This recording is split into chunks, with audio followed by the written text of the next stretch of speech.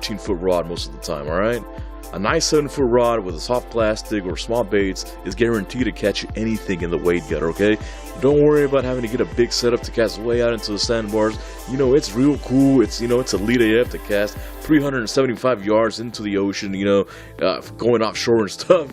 But most of the time, that's unnecessary. What's the gut or the trough, though? The trough, or the guts as many call it, is the area in between the sandbars with no wave action. The best way to identify this is by looking for breaking waves and looking in between those areas. The area in between those areas that do not have breaking waves is a gut. These are prime areas to cast baits into. They are fish highways, and this is where a lot of the fish travel throughout the beach. When I'm fishing the guts, I like to cast my baits along the sandbar in the middle of the gut. Many fish such as bull reds and sharks swim in the deepest areas of these troughs. Other fish such as pompano tend to swim and hug sandbars looking for small crustaceans and small baitfish to eat. A lot of fish like these areas since the breaking waves disorient small baitfish and other small baits. The further you get into the beach, the deeper the trough gets. I like to fish the back end bars during a low tide. Gulf Coast beaches have an immediate sandbar.